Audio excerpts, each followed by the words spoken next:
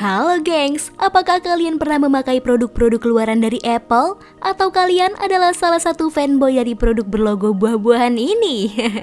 Apple adalah perusahaan raksasa teknologi yang berdiri pada 1 April 1976 dan didirikan oleh Steve Jobs dan Wozniak di Los Angeles, California, atau nyaris tepat setahun setelah berdirinya Microsoft, dan kedua perusahaan tersebut hari ulang tahunnya hanya berbeda 3 hari saja. Kontribusi Apple dan Microsoft terhadap perkembangan teknologi memanglah besar, akan tetapi harus diakui Apple memberikan peranan yang lebih besar dengan segala inovasinya. Adapun berbagai inovasi yang dilakukan oleh Apple yang berhasil bisa kita nikmati sampai saat ini, dan perusahaan yang lain mengekor di belakangnya. Keberhasilan Apple tersebut diraih dengan berbagai produk yang telah dirilis, dan berikut ini adalah sejumlah produk penting dari Apple yang pengaruhnya paling besar. Mau tahu? Yuk kita simak!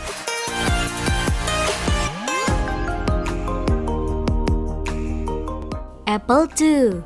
Apple II adalah komputer rumahan yang diluncurkan oleh Apple pada 1977 dan didesain oleh Steve Wozniak. Apple II adalah penerus dari Apple I yang gagal secara komersil. Apple II inilah yang menjadi gerbang keberhasilan Apple yang luar biasa. Apple II terjual lebih dari 4 juta unit selama masa produksinya. Keberhasilan produk ini tak terlepas dari kualitas hardware dan sistem yang dirancang oleh Apple di bawah kuasa penuh Steve Jobs yang saat itu perusahaan baru berdiri 1 tahun. Sistem operasi yang digunakan adalah Apple DOS karena sistem GUI saat itu belum ditemukan. Macintosh 128K. Sebuah produk komputer rumahan yang sebenarnya ditujukan untuk segmen ke mid-range atau menengah ke bawah, karena untuk segmen kelas atasnya saat itu adalah Apple Lisa yang harganya sekitar 3 kali lipat.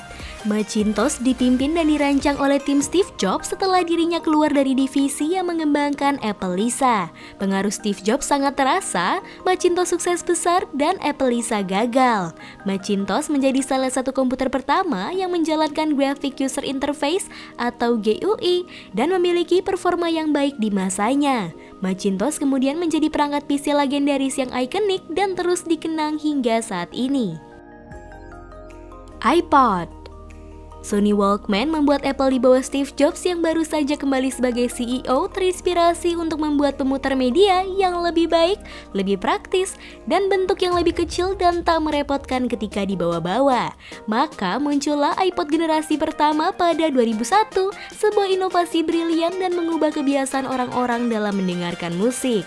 Untuk dapat mengisi lagu iPod perlu dihubungkan ke iTunes di komputer dan diluncurkanlah iTunes untuk perangkat Windows. Kesuksesan iPod sempat ditiru oleh Microsoft dengan produk bernama Zune, tapi gagal mendulang kesuksesan.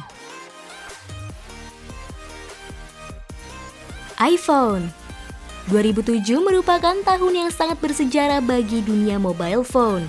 iPhone generasi pertama diperkenalkan oleh Steve Jobs dan langsung menggemparkan dunia. Bagaimana mungkin ponsel dengan hanya satu tombol fisik di tengah dapat dioperasikan? Bagaimana mungkin layar sentuh dapat dioperasikan tanpa stylus? iPhone mengubah itu semua, dan inovasi inilah yang membuat evolusi besar dalam teknologi telepon seluler. Nokia dan BlackBerry saat itu dengan pongahnya bukan menganggap Apple sebagai ancaman karena dinilai masih anak baru dalam jualan ponsel. Akibatnya tak kabur, Nokia dan BlackBerry tersungkur karena telah berinovasi dan kalah telak oleh Apple. Sementara itu, Android di bawah Google yang saat itu tengah dalam pengembangan langsung putar haluan dan mengikuti inovasi iPhone karena Google tahu inovasi dari Apple itu adalah sebuah hal yang begitu hebat. iPad. Meskipun pasar komputer tablet kini tak lagi sebesar dulu, namun iPad akan selalu menjadi salah satu produk paling penting dari Apple. Diluncurkan di akhir-akhir masa hidup Steve Jobs, iPad mampu mendobrak sesuatu yang tak biasa. Layar besar yang bisa disentuh dan bertindak layaknya laptop tanpa keypad. Ketika pertama kali diluncurkan, iPad laris manis bak kacang goreng.